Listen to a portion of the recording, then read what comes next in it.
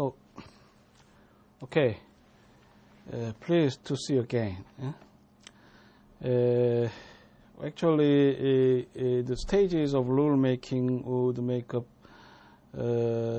some practical point that now the state agencies could operate on. And for example, there would be some requirement to be mandated about the process. I said the context of small business, for example, in terms of creating rules and public policies.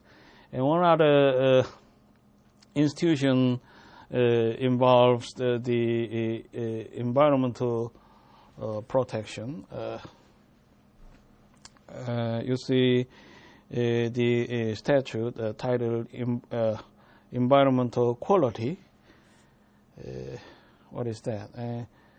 Of environmental impact assessment statement. So the administrations now undertake this process in consultation. So the environmental issue now is widely influential of branches, and major point of a public attention to be valued. So it could make a wide impact to be respected by specific agencies. And also some piecemeal statute which would impact the process should be attended. For example, Telecommunication Act in 1996, when in relation with a Federal Communication Commission with one institution to be processed. And what is that? A agricultural agency, for example, and a Federal Aviation Act launched the system of permanent committee. So they will undertake the process as required by law. So actually, the concept should be approached when it's a bureaucratic pecking order. So the role and responsibilities of a respective agency would not limit it to that specific errands or assignment.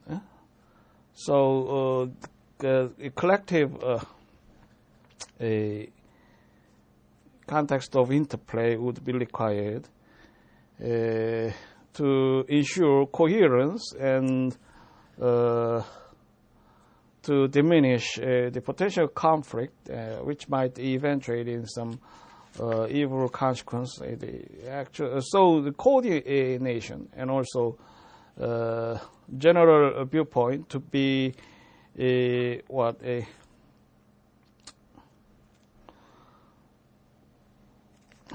shared. So stratified system often be possible within major bureaucracies. Should be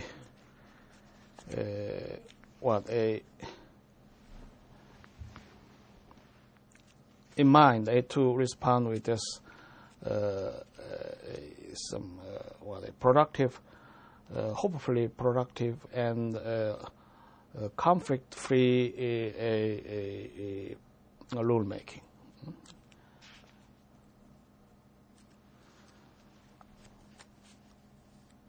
So NEPA And other important regulations should be focused in many instances.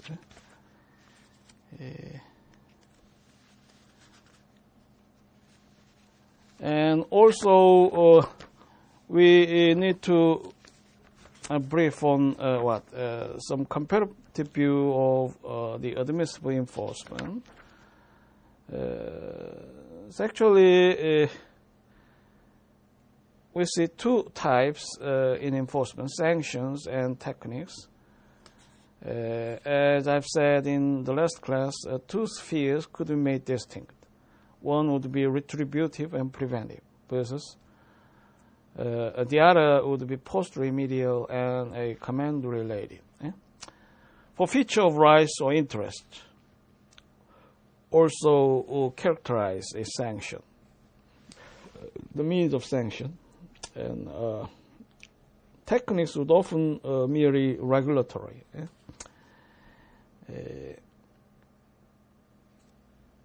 Which would not amount to the kind of extremities. And the sanctions has to be completely statute-based, the kind of a definite sources of authority should be discerned to impose sanctions. Techniques could be flexible. Of course, that would not mean the administrative caprices should not be frivolous to what impair the certainty and predictability of administrative action. However, should not be framed in any mandated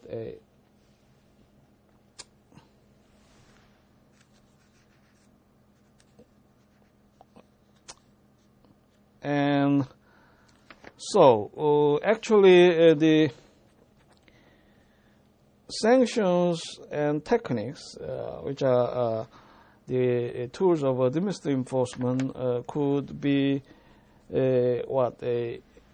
devised to respond with difficult national issues. For example, the inflation combating measure about government procurement system in the Carter administration. So they would cut funds to, and grants if their actors or regulated communities would not comply with the statutory requirement.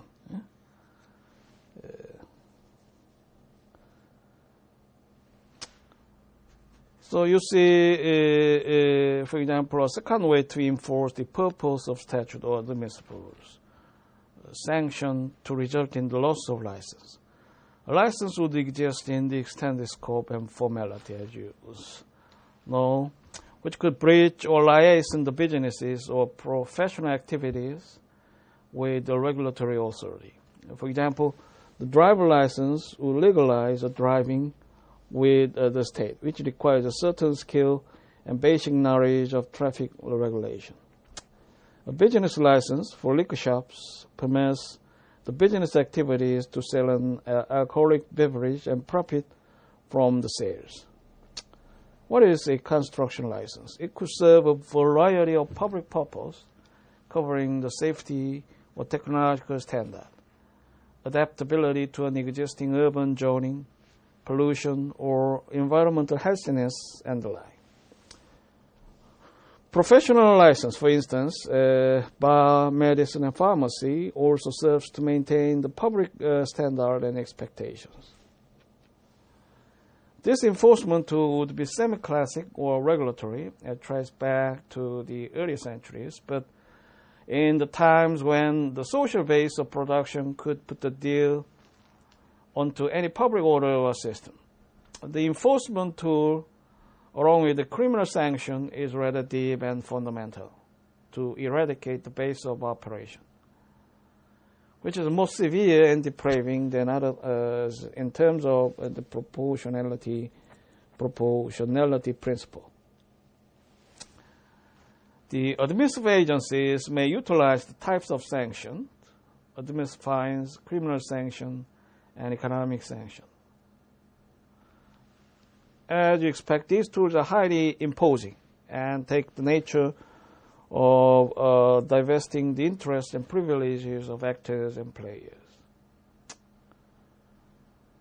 And you will see some theory to distinguish administrative fines from criminal sanctions, as you learn in your criminal course.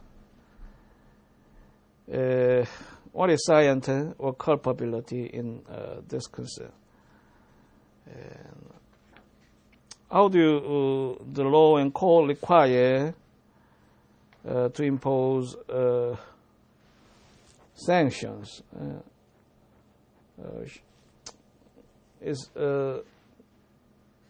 kind of a threshold issue to be resolved in advance about finding culpability or else. In some cases, the criminal culpability would be waived when we impose light penalty, which often administrative fines.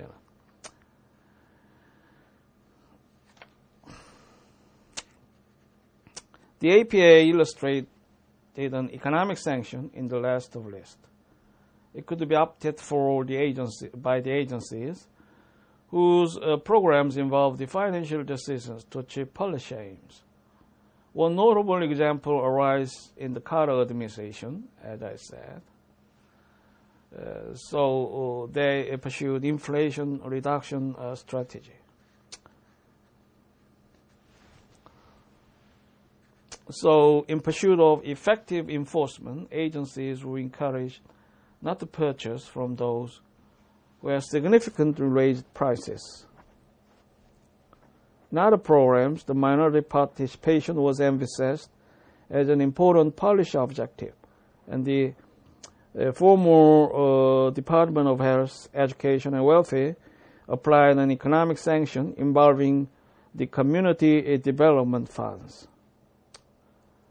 So, for example, the affirmative action may be considered in the area of public bidding. So actually, the minority participation could serve in dual ways. So, equality in terms of political participation, for example, and economic justice may be advanced or improved by granting a due favor with a minority or deprived class. The tax-exempt status or its denial would make a good cause of economic sanction, that the IRS could ensure compliance of its policy goals concerning racial segregation. So IRS denotes International Revenue Service and administers a public, a federal system of a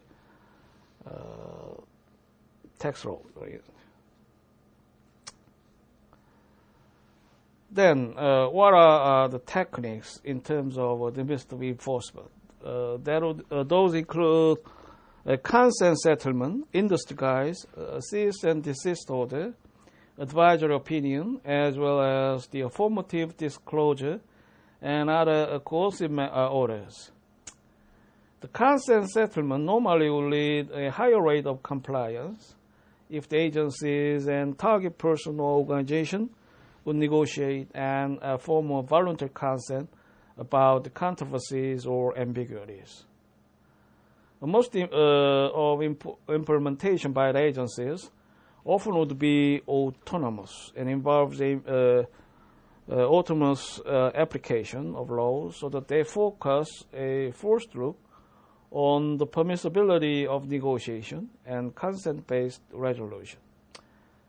Therefore, they have to figure in the nature of command and statutory provision or rules whether the enforcement is mandatory and does not submit to the will of involved parties, since it entails an issue of public order and serious public interest. So, in any case, absent any contrary mandate or legal requirements, the consent settlement would be some popular technique the agencies could rely on. The industry guides may have a de facto force. In some rare cases, may possess a de jure force, however, to impose the duties and standards. Given that the laws and rules cited in the provisions clauses, it could combine to constitute the whole of legal duties. So how to fashion the structure and interplay of two institutions could come into effect. So you consider the interpretive way to, in the end, to define its quality. In some cases, it could be imposed as a matter of law. De jure force may be identified. Often that would not be the case. Industry guys may work as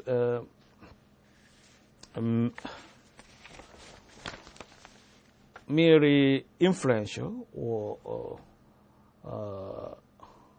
dominant that the regulators or regulated community has to respect.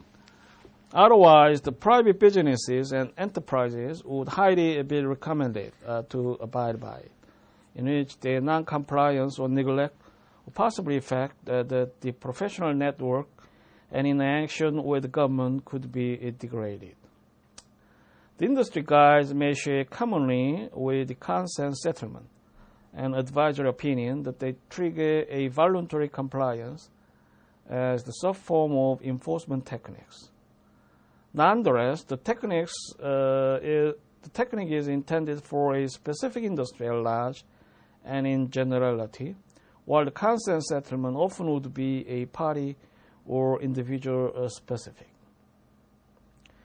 Despite this, the APA requirement of notice and comment procedure will not be necessarily followed because of its non-binding nature generally. This aspect actually depends on each authority, however, as you see in the case of FTC. A soft nature of technique found in the industry guides could be distinguished from the cease and desist order, or a corrective orders. The agencies use an advisory opinion when a party seeks information regarding the lawfulness of a proposed action. In this case, the internal procedure may be arranged to give an order to the process. And also, you see,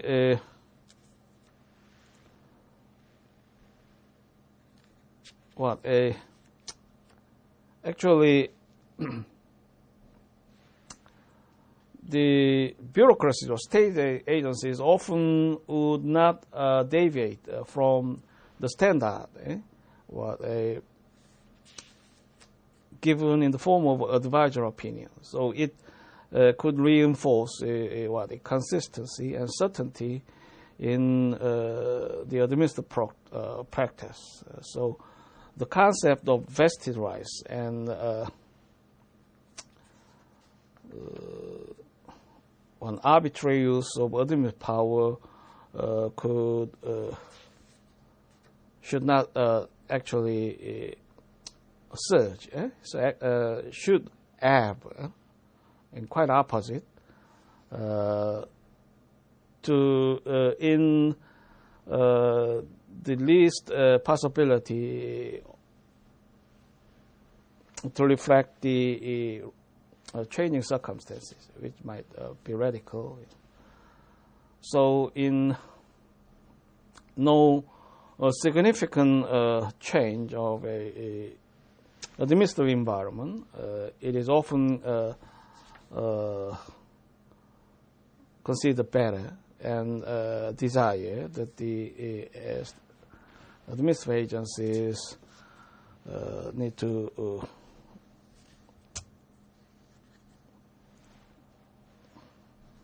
keep in order and as usual.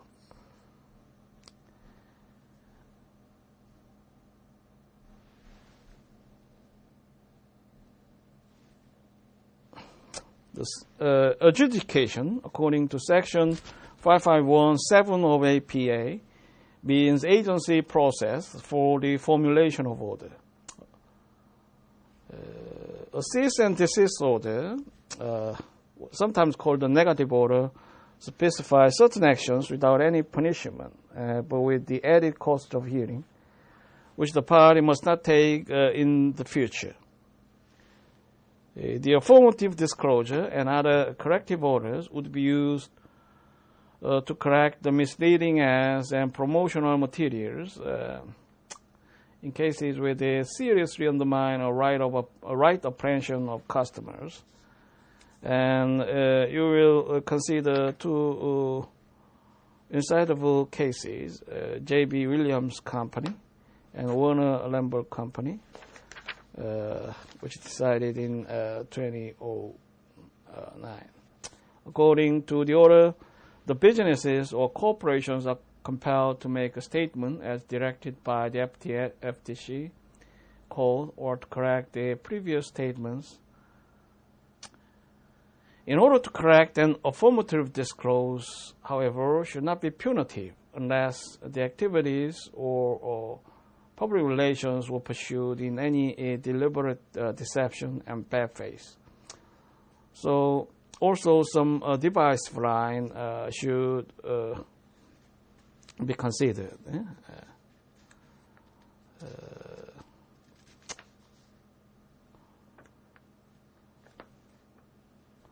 Between criminal and administrative policy.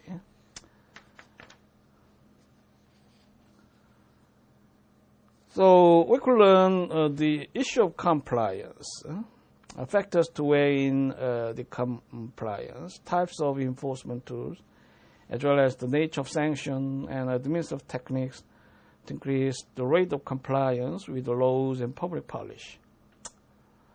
The laws and public policy ultimately consummate a perfect compliance,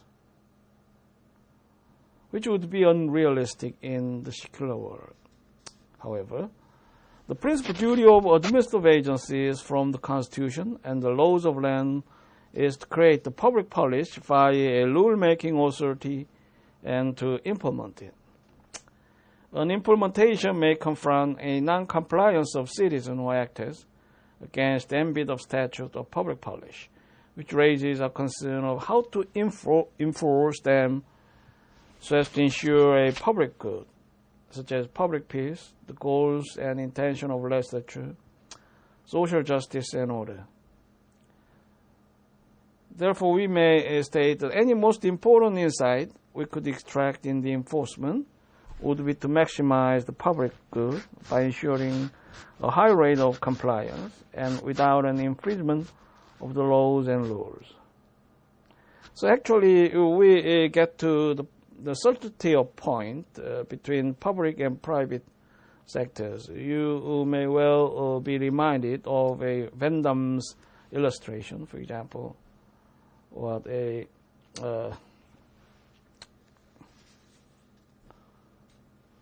burglary at night time, and also some many free riders from the public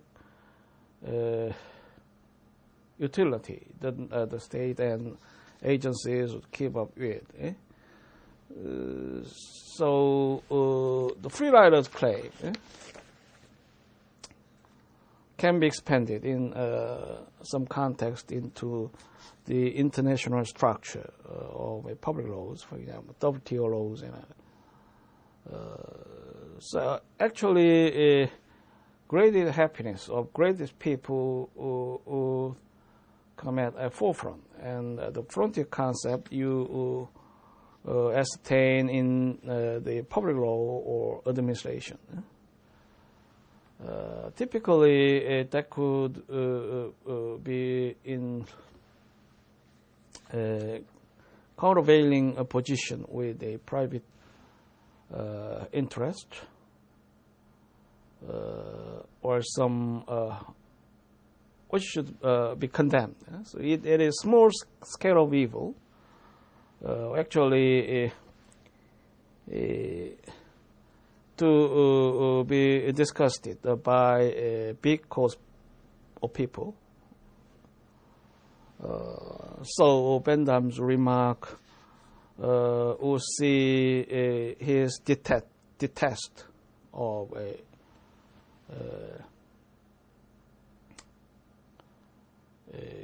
petty criminal, you see. How do we see a pleasure of a public rulers? There actually could be seen the free riders, but how do you assess the context in analogy and comparison with some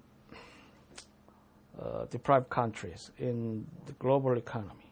Are they free riders? For example, how do you suppose the contention that the protection of intellectual rights should be decent and moderate when you consider its quality as a common asset for ours?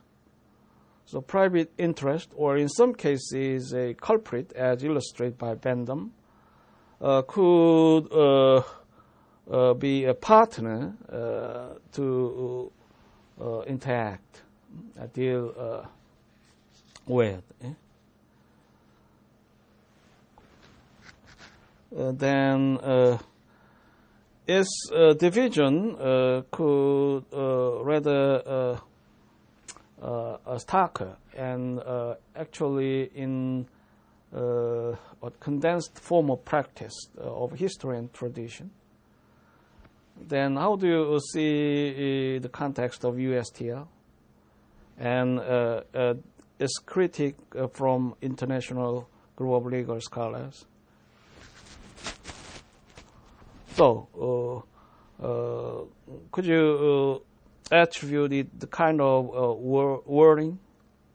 So how do you see its seriousness and others? What extent of a response? Which,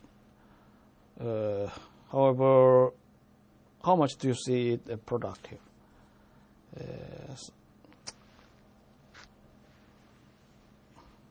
So many viewpoints and stakeholder the perception of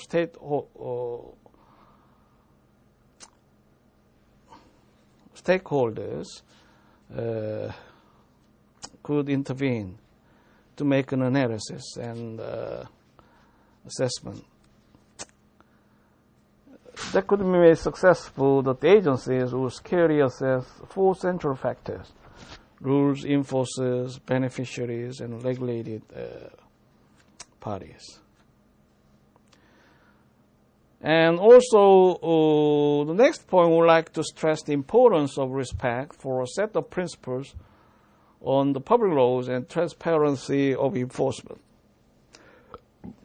The enforcement techniques would deal and make an effect in more flexible manner than the tools of sanction.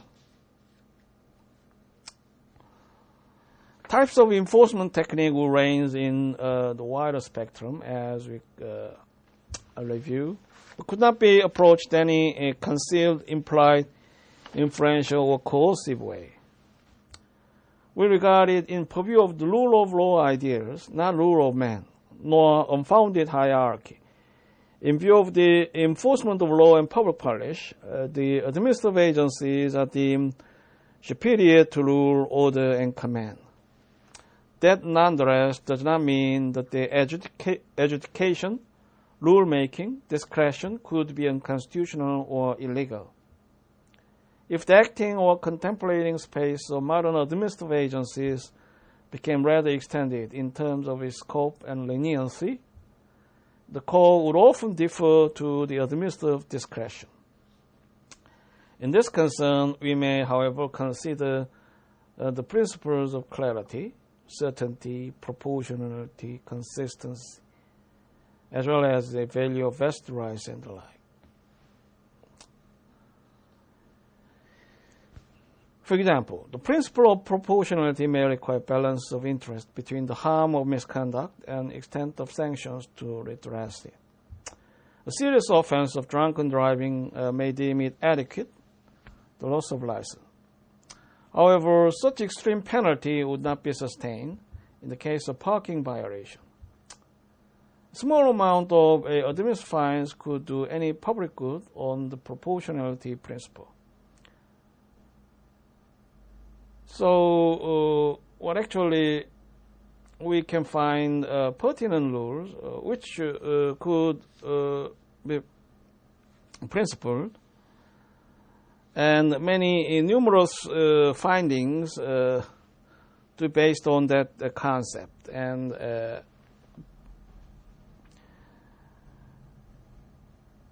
so, for example, as I said, the expectations of citizens duly formulate over the bulk of time, and with the practices or enforcement of agencies should be honored. The contrary enforcement or administrative decision often is desired to minimize as possible extent. Of the techniques, one important note has to be emphasized, that the executive or administrative agencies execute their duties in any consistency and to the mutual satisfaction of parties, but without the violation of law. If they once respond with certain advisory opinions, the practice generally would be certain to hold this effect through the times. So it is actually encompassed at a much extent where there was some cause to reform or reshuffle, and actually some important change may be identified to modify the elements of laws, and that could pose challenges and important or sensitive engagement. So the substance and process in terms of administrative rulemaking would actually highly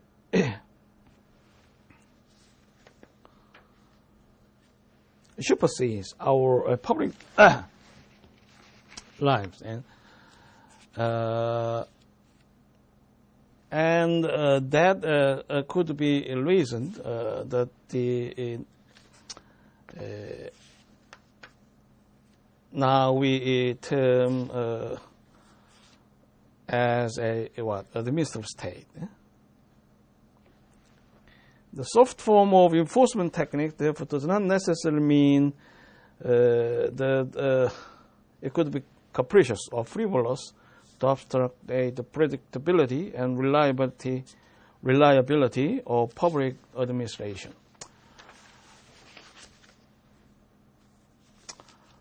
And we like to complement with some points of stages of rulemaking. Actually, the AP model had changed.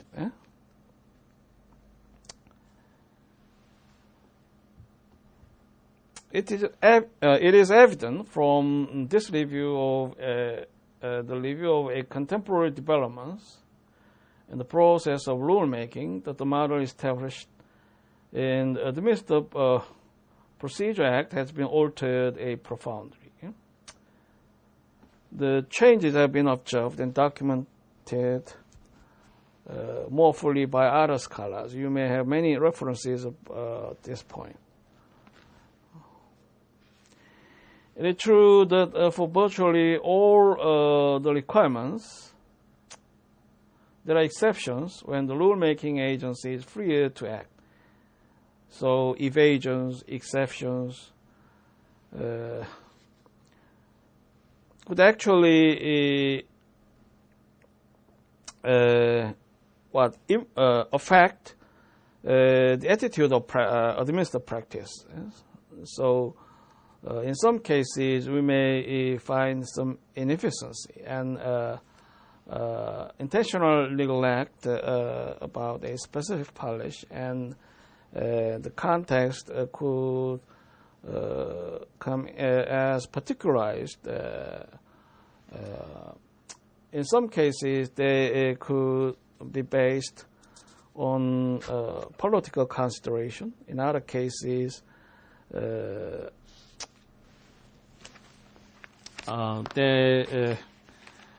would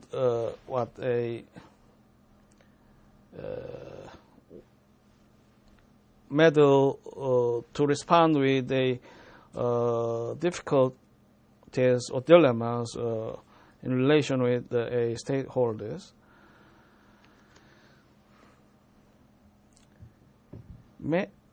And you will also see many rules are sufficiently minor and routine that the speed and flexibility contemplated by the APA actually characterize the process used by the agency. But there is no mistaking the general direction in procedural requirements for those rules that are not considered routine or minor, or for the once rare instances of emergency action. Congress, the President, and the courts have come to prefer a more elaborate and procedurally encumbered model for rulemaking than that which was outlined in the APA. It is striking, however, how far we have moved from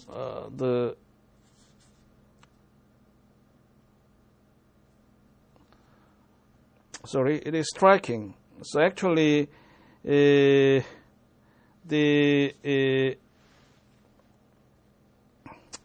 president or internal authority would often add many complicated system or institution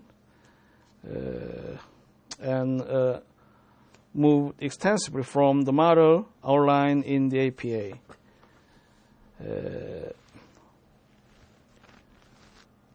And typically, one element, an information, is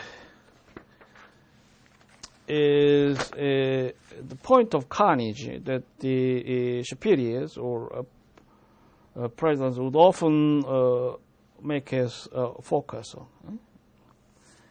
And one could argue that the net effect of various legal developments related to information is the creation of a legislative equivalent of open discovery, when litigants can learn about the facts in each other's possession. And the deposition process so familiar in civil litigation. As noted, numerous statutes and executive orders require the agency to produce information and documents on a range of standard questions, just as the attorney for the plaintiff. So you see some adversary system, for example, within the branch or independent tribunal, or public meetings or forum may take shape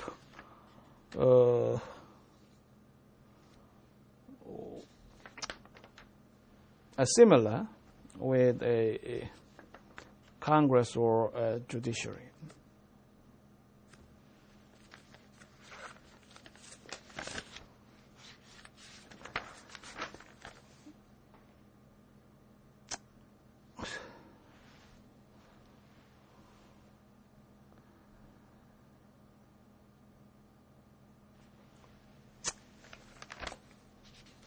So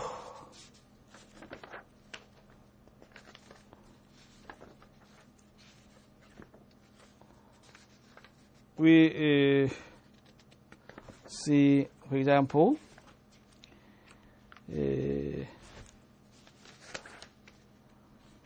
what are exemptions and exceptions.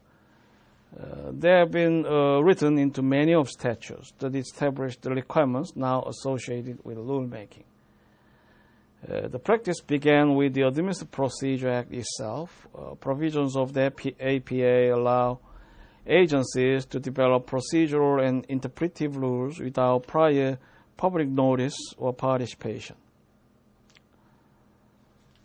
When, in the opinion of the agency, there is a compelling public interest, the same requirements, which are the core of the APA's rulemaking provision, can be suspended for rest of rules as well. The National Environmental Policy Act, as NEPA in abbreviation, has been interpreted to allow for programmatic exemptions when a given type of frequent or routine agency action can be shown to carry no significant environmental effects. Rulemaking apparently qualifies broadly for such exemptions, because one can read final rules published in the Federal Register for many days without once encountering a reference to NEPA. And you also know the Paperwork Reduction Act. It is an important statute to define the stages of rulemaking. It allows exemptions for certain types of frequent, minor, and routine rulemaking. Besides the statute, executive orders also exempt certain types of rules from the analysis and review requirements. Executive Order 1-866 specifically exempted regulations dealing with emergency situations and regulations when OMB involvement would interfere with the ability of the agency to meet statutory or judicially imposed deadlines. Executive Order 1-866 also allowed for exemptions of entire classes of rules, a privilege that is extended to several programs administered by the Environmental Protection Agency, the Department of Agriculture, the Federal Aviation Administration, and others.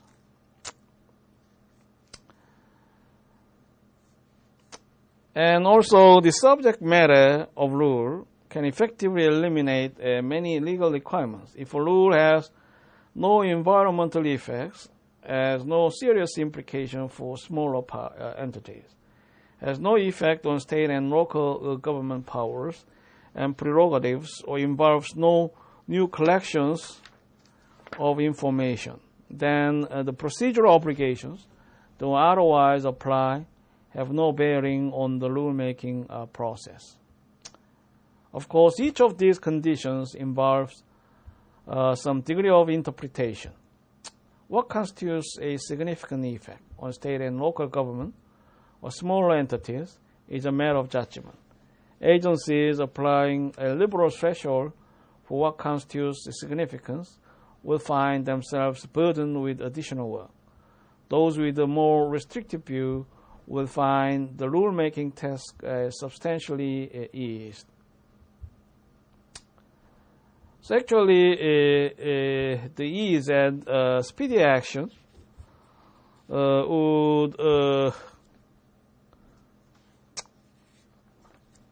be one point of one strategic point which factors to develop the rules in this area. So the Bureau dominance school could well be in reminiscence in your understanding to see many influential engagement from the statute, the Congress or other more harder nature of authorities. Now the bureaucracies highly empowered to take a lead and shape their own way to dispose their responsibilities. Exceptions, exemptions, evasions, therefore highly be frequent and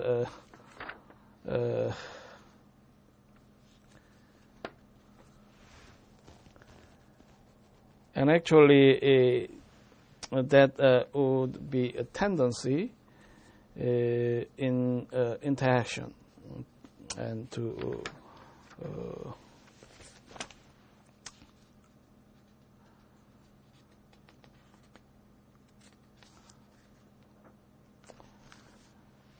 then we survey in the purpose of complement through the stages. What is that? Origin of rulemaking activity. Although not, actually the writing of law by Congress is the true origin of rulemaking, as you consider. And one important authority, which is very governing, and you will see in the title of a book, I now base this class discussion the agencies how to write the laws. Actually, rulemaking would take a similar nature with the congressional authority, but could be seen, as we have reviewed, in some cases from the viewpoint of oversight and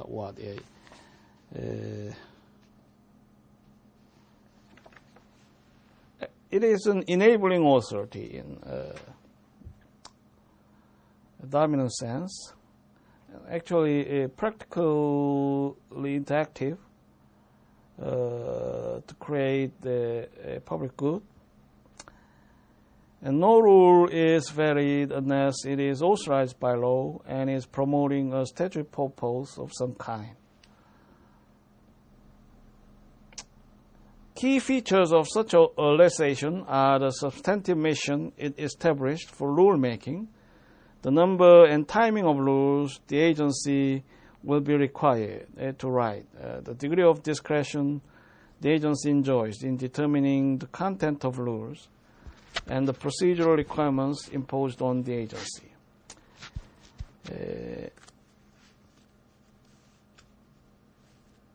In terms of a oversight mechanism, you see the Congress now consider the procedural requirements as most effective. And they often prefer to institute and impose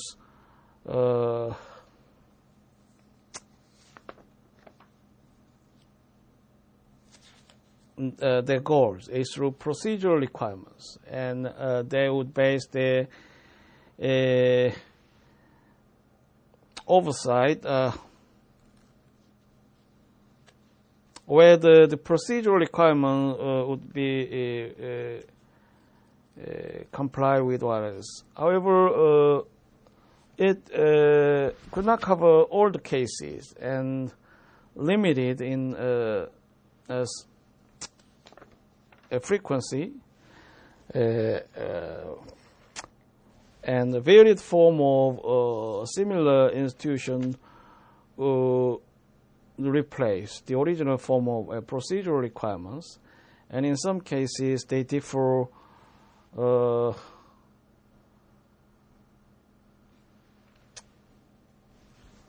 and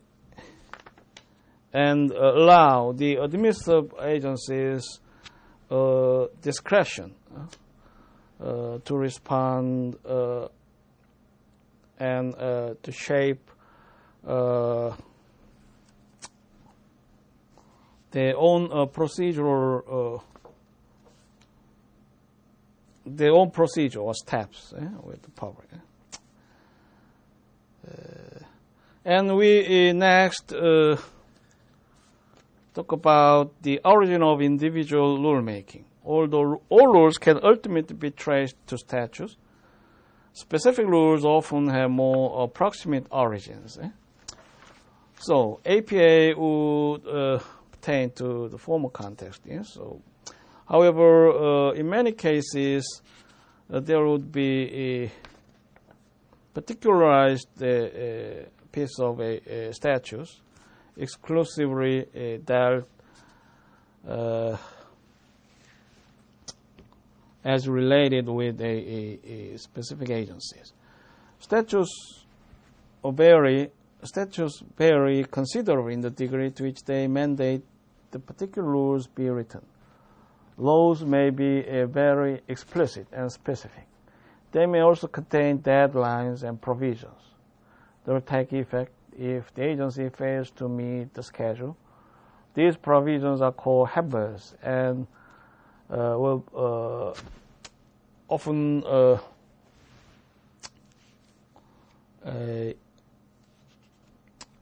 one important group to reserve the oversight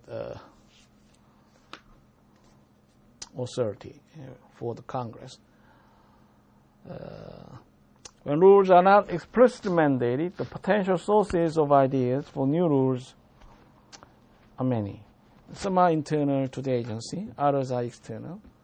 The political leadership of the agency may bring with it policy agendas that can be implemented only through rulemaking.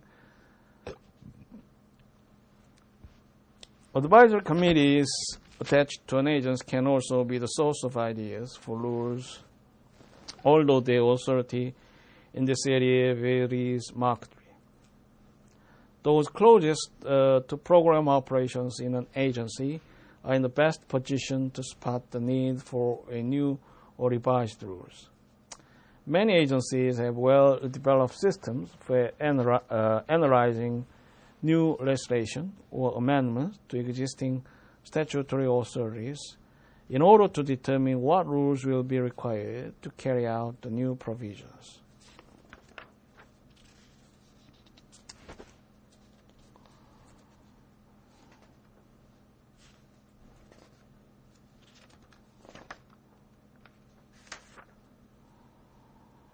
There are many potentially important external sources for ideas for rules as well. The most beautiful is the White House, the Vice President Task Force on Regulatory Relief, which functioned during the Reagan administration, was a frequent source of ideas for elimination of rules and alterations in others to make them less burdensome to the private sector. This body took a new form in 1991 and was called Council on Competitiveness. It was abolished by President Clinton early in 1993. He replaced it with the Regulatory Working Group, composed of representatives of the major departments and agencies, and chaired by the Director of the OMB's Office of Information and Regulatory Affairs. Clinton also directed the focus to regulatory issues to cut across the government. President George Bush did not establish a new body, but created a mechanism by which new ideas for rules were communicated to agencies by the OMB. Both he and President Clinton were aggressive in identifying rules in need of change or elimination. In addition to the White House, federal agencies can be a source of ideas and pressure for new rules. For many years, the Federal Agency Regulatory Commission, Federal Energy Regulatory Commission, pronounced in abbreviation FERC, failed to develop regulations that established its approach to complying with the National Environmental Policy Act. And this act is significant in relation with the environmental policy in the United States. In this, it was virtually alone among the major agencies of federal government whose work had environmental consequences. In time, pressure on FERC from numerous federal and state environmental and natural resource agencies mounted. FERC conceded and in 1988 implemented its first comprehensive rule outlining how it intended to comply with NEPA. External sources of ideas for rules need not be confined to the public sector. The Administrative Procedure Act allows anyone to petition an agency to make a rule. There is scant empirical evidence on the number of petitions.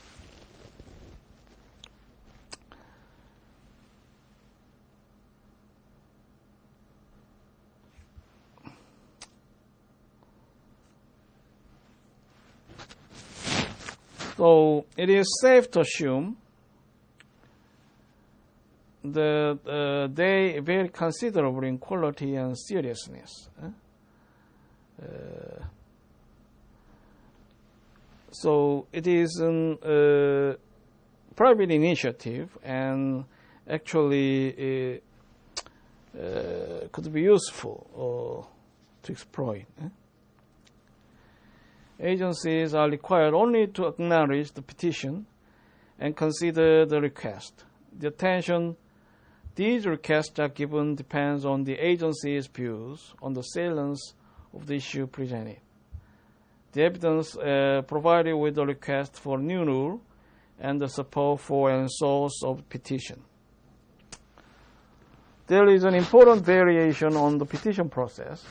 Several agencies use permanent committees on an ongoing basis to recommend new rules or revisions to existing ones. Prominent examples of this are the Aviation Rulemaking Advisory Committee of the Federal Aviation Administration and the National Organic Standard Board of the Agriculture Marketing Service.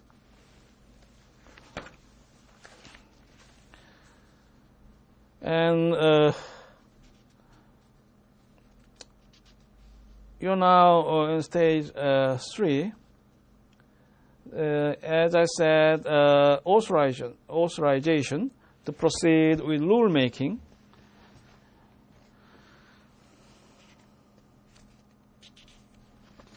is important to define the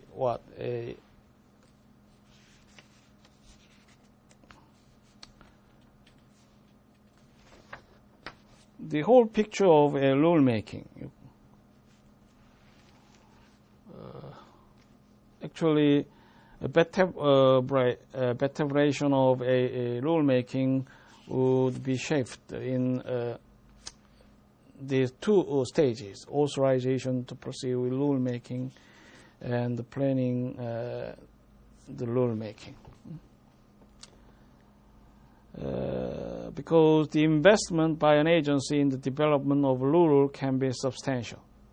So senior management may want to be sure the available resources, which are always limited, are put to work on those projects of greatest importance. And in the process, the priority setting system for rulemaking would be employed.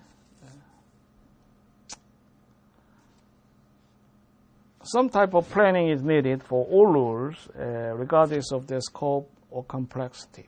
Whether done consciously or unconsciously, formally or informally, planning for rulemaking forces agencies to confront important questions. The first order of business is to determine who in the agency will be responsible for developing the law. Assigning responsibility for a particular rulemaking is determined by a variety of methods in government agencies. Usually, the responsibility is shared by several components of an agency.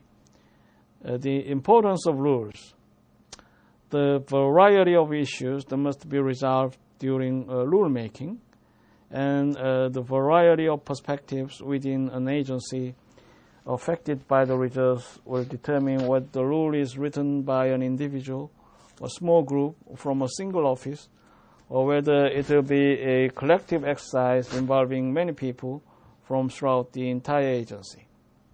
Whatever the form, these staff members must found and assigned to the task.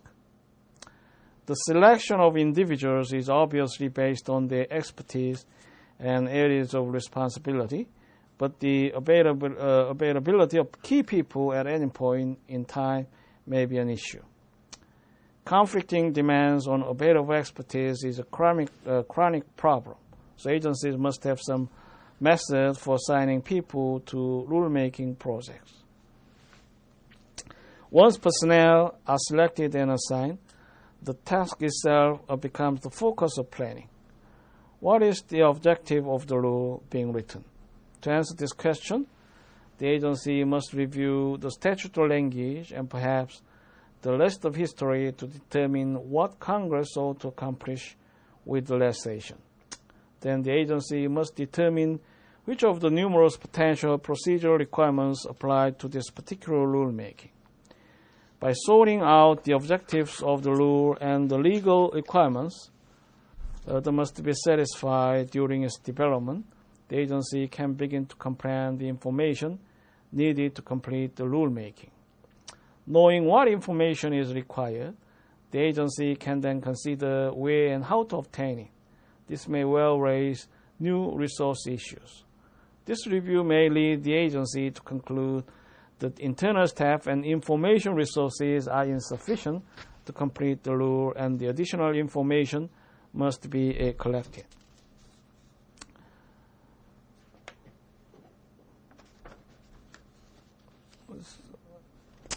So, you see, the rest of stages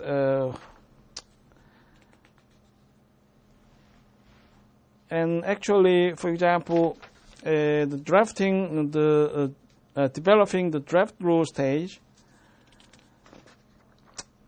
is a period of intense activity for those engaged in writing the rule. Extensive internal, external consultations are likely to occur for at least two important reasons. For those responsible, coming known sources for the expertise and information needed to complete the draft of the rule. At the same time, they are attempting to keep constitutions informed of the direction and progress of the rule. In stage 6, internal review of draft rule would be considered in two ways, in two dimensions, vertical review and horizontal review. Vertical review involves supervisors and senior officials. Horizontal review takes place across the agency, allowing the various offices to determine if the rule has any effect on the areas under their jurisdiction, and if so, whether they agree with what is being proposed. So the role of offices in an agency during the internal review varies considerably. And I have illustrated two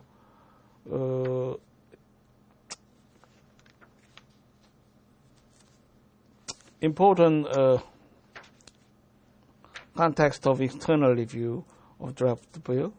What is the Council on Environmental Quality of Environmental Impact Statements and the Small Business Administration in the Regulatory Flexibility Act.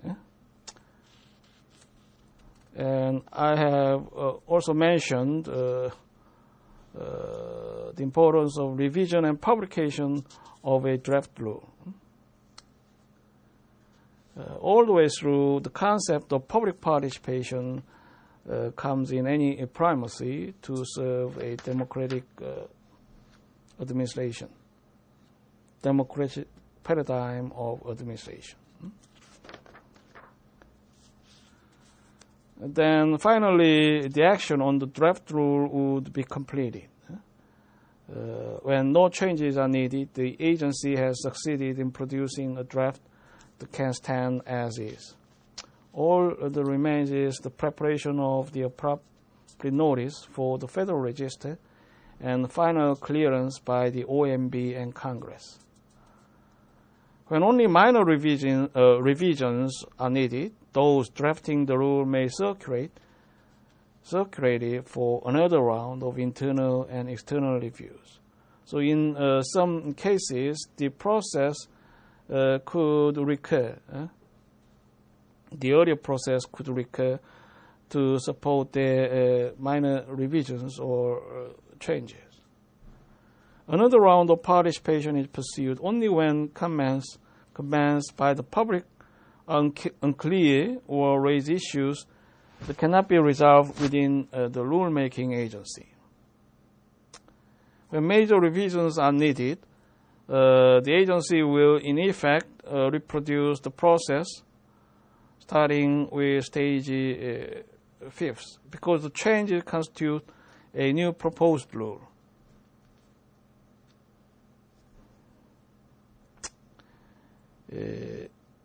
And in rare cases, the agencies may abandon the rulemaking entirely and start to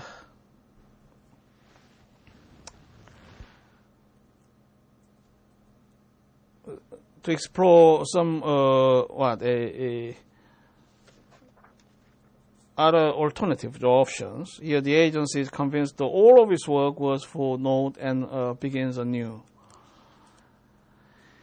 And post-rulemaking activities would finalize the stage.